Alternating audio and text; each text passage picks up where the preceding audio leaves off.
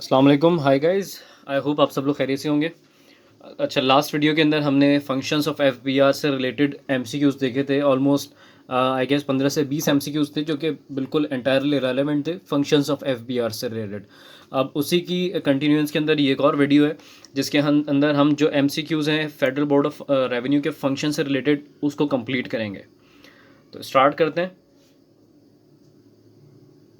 MCQ 21 है, the budget and policy matters related to dutiable or taxable goods and services is the responsibility of A. Chief Inland Revenue Headquarters, B. Chief Sales Tax FED Policy, C. Chief Income Tax Policy या D. Chief Internal Inland Revenue Operations। तो इसका answer है B. Chief Sales Tax और FED Policy। MCQ 22 है, the each of the three chiefs inland revenue is assisted by the secretary and the second secretary along with dash RTOs LTUs offices। Option A है 5, B 6, C 7, D 8। मतलब जो तीन chief inland revenue के chiefs हैं उनको assist करने के लिए दो सेक्रेटरीज होते हैं, जिसमें फर्स्ट सेक्रेटरी, सेकंड सेक्रेटरी और उसके साथ डिफरेंट आरटीओज और एलटीओज होते हैं। तो उनकी टोटल नंबर कितने हैं वो? Option C is the right answer, 7। 23, which of the following work under the chief income tax policy? A secretary ITP यानी income tax policy, B secretary ITP and secretary with holding tax, C secretary ITP secretary with holding tax and secretary exemptions and IT rules, या option D secretary ITP with holding tax, exemption, IT rules and international taxes. तो आप उसको recall करें कि मैं आपको बताया था कि चीफ जो इनलैंड रेवेन्यू पॉलिसी है उसके अंदर दो चीफ्स होते हैं, एक सेल्स टैक्स एफईडी और दूसरा इनकम टैक्स। ठीक है, तो इसका राइट आंसर है D secretary ITP. Chief income tax policy के अंदर टोटल 4 सेक्रेटरीज होते हैं। ठीक है, income tax policy, with holding tax, exemption, IT rules और international taxes. 24, matters pertaining to reforms और रीस्ट्रक्चरिंग और reorganisation is the responsibility of A IR general section, B IR judicial section, C IR revenue budget section या D IR coordination section. तो मैंने अपनी video के अंदर आपको ये बताया था जब हम ये डिस्कस कर रहे थे डिफरेंट सेक्शंस को, तो रिफॉर्म्स के ऊपर मैंने एम्फेसिस किया था। ठीक है, तो आपको शायद रिकॉल हो जाना चाहिए कि ठीक है, इसका आंसर है A general section. 25, matters pertaining to ADR matters, ठीक है, alternate dispute resolution matters, income tax, sales tax, FTO matters, sales tax या income tax, legal matters, appeals and court cases, parliament business, cabinet matters and other job assigned in there is the responsibility of IR general section, judicial section, revenue budget section या IR coordination section. तो इस MCQ के अंदर आपको जो यहाँ पे different terms हैं डिफाइन हुई हैं, जो बताया गया है उसको आपको अगर फोकस करेंगे, for example legal matters, appeals, court cases, तो आपको इससे आइडिया होगा कि ये एक कोर्ट का या लीगल मैटर्स हैं। तो ये कौन डील कर रहा होता है कोर्ट के अंदर? जजेस या लॉयर्स। तो यहाँ पे जो सबसे मोस्ट रेलेवेंट है वो कौन सा ऑप्शन है हमारे पास? Higher judicial section. मैं आपको ये इसके बता रहा हूँ कि इनकेस अगर आपको कॉन्सेप्चुअली वो चीज़ याद भी नहीं है तो आप इसको इस तरह रिलेट करके एक सही आंसर तक पहुँच सकते हैं इन MCQ. Matters pertaining to coordination on income tax and sales tax matters including taxpayers registration for income tax and sales tax, board in council, conferences, any other job assigned is the responsibility of IR general section, judicial section, revenue budget section या coordination section. तो इसका right answer है coordination section. ठीक है, तो coordination section के अंदर अब यहाँ पे फिर दोबारा से अगर इन केस आपको कॉन्सेप्चुअली या इसको याद नहीं कर सकते या जो डेफिनेशन है इसको आप मेमोराइज नहीं कर सकते, तो आप सिर्फ जो सिमिलर वर्ड्स हैं उनको भी अगर आप गौर करेंगे तो आप सही आंसर तक पहुँच सकते हैं। फॉर एग्जाम्पल इसमें matters pertaining to coordination on income tax and sales tax matters, तो पहले ही जो स्टेटमेंट है उसके अंदर हमें कोऑर्डिनेशन का वर्ड मिलता है।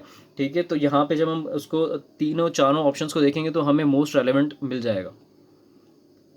27 कहता है matters pertaining to assignment and monitoring of collection targets of income tax, sales tax and FED, matters pertaining to income tax और sales tax, FED jurisdiction, matters pertaining to income tax, sales tax refunds, authorization of banks for collection of revenue, any other job assigned is the responsibility of। ये इतना well defined है कि आप अगर इसके answers ना भी देखें तो आप इसको आराम से गैस कर सकते हैं, जिसके अंदर जिस तरह मैं आपको पहले भी बताया था कि डिफरेंट टर्म्स होती हैं जो कि आपको इंडिकेट करनी होती है टुवर्ड्स द राइट आंसर। तो यहाँ पे जैसे टारगेट ऑफ इनकम टैक्स है, कलेक्शन है, ठीक है, जुरिस्डिक्शन का matter pertaining to income tax, sales tax, refund है, तो इसका आंसर है C, revenue budget section. 28 following assignments come under the scope of chief sales tax और FED policy, all budget and policy matters relating to dutiable or taxable goods, post budget clarifications and SROs, sales tax and FED law and procedure and interpretation thereof, issuance of SROs, general orders, circulars, clarification etc., or clarifications of goods and services, valuation of goods and tariff values, any other job assigned। इन चारों में से वो कौन से assignments हैं जो कि chief sales tax और एफईडी पॉलिसी के अंडर आते हैं, ठीक है। ए पहला और दूसरा यानी 1 and 2, B 2 and 3, C 3 and 4 या डी चारों। तो हमने जब चीफ इंटरनल पॉलिसी, हम इनलैंड पॉलिसी डिस्कस कर रहे थे तो उस वक्त मैंने आपको बताया था कि वहाँ पे सेक्रेटरी एक है लेकिन डिस्क्रिप्शन के अंदर डिफरेंट जो असाइनमेंट्स थे। तो अगर उसको आप रिकॉल करते हैं तो आप इस आंसर को ईजिली गैस कर सकते हैं कि इसका आंसर है डी। ये चारों जो असाइनमेंट्स हैं ये चीफ सेल्स टैक्स और एफईडी पॉलिसी के स्कोप में आते हैं। Which from the following sections work under chief inland revenue income tax policy, secretary ITP यानी income tax policy, secretary withholding tax, secretary exemption IT rules, secretary international taxes. तो इनमें से कौन से सेक्शंस हैं जो कि इनकम टैक्स पॉलिसी के अंडर काम करते हैं। अगेन आप यहाँ पे अगर उस वीडियो को आपने जो मैंने आपको पहले बताया था उसको आपने प्रॉपर्ली देखा होगा तो इस आंसर को गैस करना भी कोई डिफ़िकल्ट काम नहीं है। फिर भी मैं आपको रिकॉल कर देता हूँ कि जो सेल्स टैक्स और एफईडी के पॉलिसी है वहाँ पे सिर्फ एक सेक्रेटरी है और डिफरेंट डिस्क्रिप्शन असाइनमेंट्स हैं जो कि हमने प्रीवियस एमसीक्यू में देखी है। लेकिन इनकम टैक्स ड्यू टू ये कॉम्प्लेक्स बहुत ज़्यादा है और इसके अंदर डिफरेंट डायमेंशंस हैं इनकम टैक्स के अंदर, तो अकॉर्डिंगली उसको प्रॉपरली मैनेज करने के लिए उसके अंदर डिफरेंट सेक्रेटरीज़ हैं, ठीक है। तो इस एमसीक्यू का जो राइट आंसर है वो है all of these sections mentioned. Income tax policy के अंडर 4 डिफरेंट सेक्रेटरी आते हैं। सबसे पहला income tax policy, number 2 with holding tax, 3 exemptions और इनकम टैक्स रूल्स और लास्ट में आता है international taxes. MCQ 30 which section deals with all matters pertaining to income tax policy clarification on income tax policy, यानी इसमें से कौन सा ऐसा सेक्शन है जो कि इनकम टैक्स पॉलिसी क्लैरिफिकेशन और इनकम टैक्स पॉलिसी से डील करता है, ठीक है। Secretary ITP, secretary withholding tax, exemption IT rules और इंटरनेशनल टैक्सेस। तो यहाँ पे अगेन आप लोग अगर जो टर्म यहाँ पे यूज़ हुई है एमसीक्यू के अंदर उसको अगर आप मैच करना चाहें तो उससे आपको एक राइट आंसर तक आप पहुँच सकते हैं, दैट इज़ कि इनकम टैक्स पॉलिसी की क्लैरिफिकेशन। तो इन 4 सेक्रेटरीज में से वो कौन हो सकता है? Option A is the right answer, secretary ITP. Okay 31 which section deals with all matters pertaining to withholding taxes, secretary ITP, withholding tax, exemption IT rules या सेक्रेटरी इंटरनेशनल टैक्सेस। अगेन इसी तरीके से आपने उस टर्म को उठाना है जो कि आपको लग रहा है कि मोस्ट रेलेवेंट है, जो कि आंसर से आंसर हमें गेम है वहाँ से क्रॉस मैच अगर कर रही है तो आप उसको ही टिक करेंगे। जैसे यहाँ पे विथहोल्डिंग टैक्सेस हमें एक टर्म नज़र आ रही है तो इसका आंसर है secretary विथहोल्डिंग taxes. 32 which section deals with all matters pertaining to income tax exemptions or second schedule and income tax rules, all matters pertaining to sales tax exemptions, secretary ITP withholding tax exemption IT rules और international taxes। Again वही आप देखें, मैं आपको बार बार इसलिए ये एक ही बात कह रहा हूँ कि आप इन केस अगर कोई कॉन्सेप्ट मिस होता है आपका, तो आप सिर्फ एमसीक्यू के क्वेश्चन को प्रॉपरली 1 से 2 बार पढ़ेंगे तो आपको कोई ना कोई ऐसी टर्म ज़रूर मिलेगी जो कि आपके जो आंसर्स है ना उससे मैच कर रही होगी।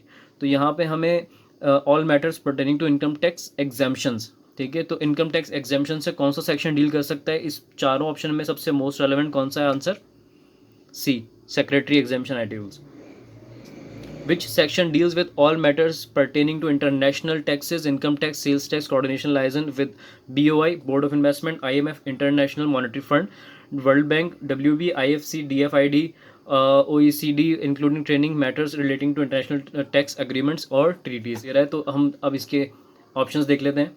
ABCD, secretary ITP, withholding tax exemption IT rules और international taxes.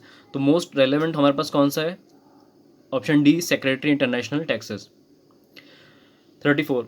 In order to rationalize the workflow, compliance, enforcement, monitoring, and recovery of taxes, ensuring facilitation for the taxpayers in their respective areas of responsibilities and equal number of RTOs. ठीक है, what is the number of such RTOs? मतलब कि workflow को rationalise करने के लिए, compliance और enforcement के लिए, मॉनिटरिंग के लिए और रिकवरी ऑफ टैक्सेस के लिए डिफरेंट RTOs और LTOs का इक्वल नंबर में इंट्रोड्यूस कराए गए थे। तो उनके नंबर क्या है? ऑप्शन ABCD 4 5 6 7, और ये आप सबको पता होगा, इसका ऑप्शन है D7।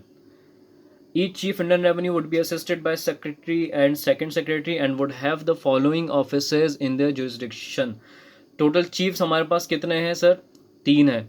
उसके अंडर सेक्रेटरी और सेकंड सेक्रेटरी आता है, और उसकी जुरिस्डिक्शन के अंदर टोटल कितने हमारे पास RTO और LTO ऑफिस होते हैं? अभी हम प्रीवियस MCQ में देखा 7।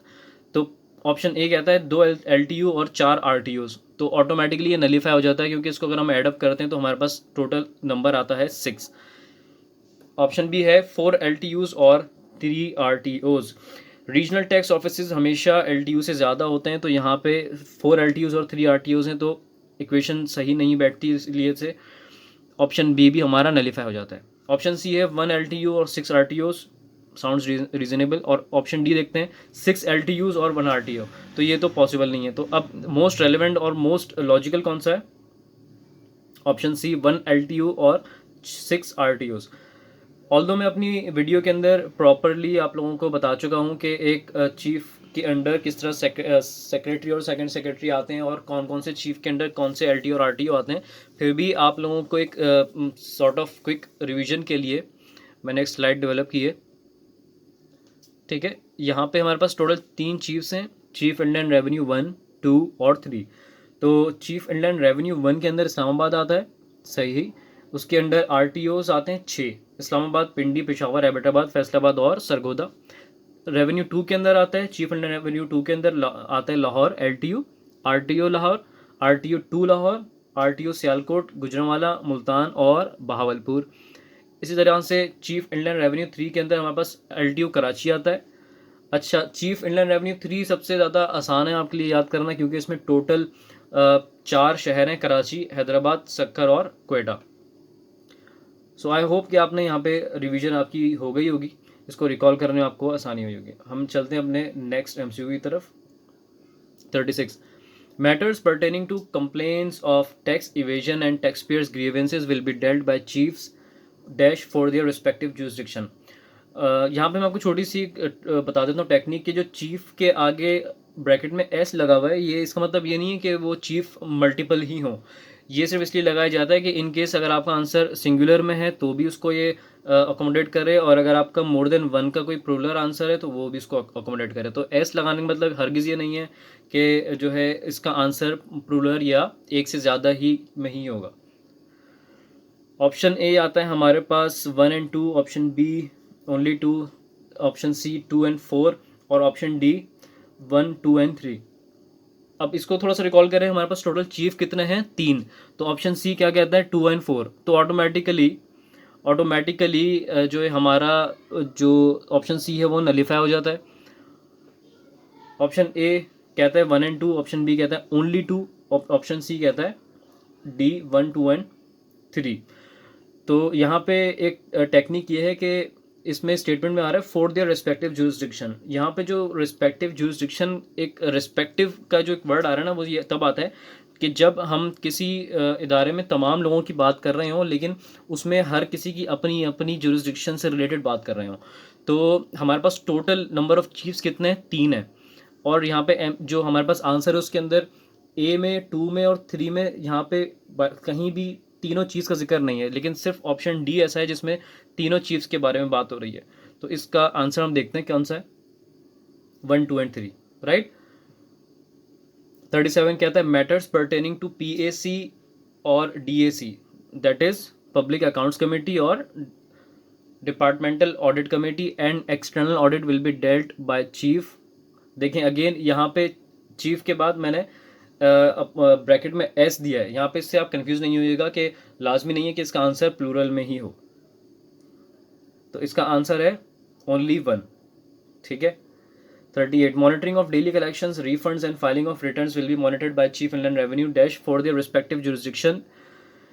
तो sir again for their respective jurisdiction, इस चीज़ को आप अगर फोकस करते हैं तो आपको आंसर ढूंढने में मसला नहीं होगा।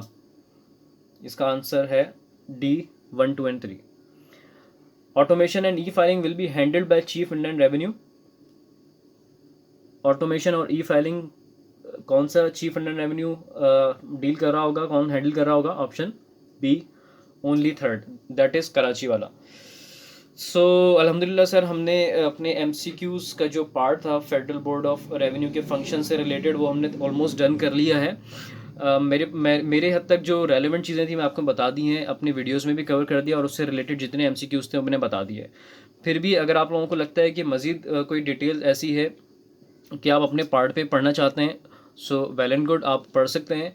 इंशाल्लाह नेक्स्ट वीडियोस के अंदर हम अपने टैक्स रिफॉर्म्स और फिस्कल पॉलिसी को डील कर रहे होंगे। अंटिल द नेक्स्ट वीडियो, अल्लाह हाफ़िज़।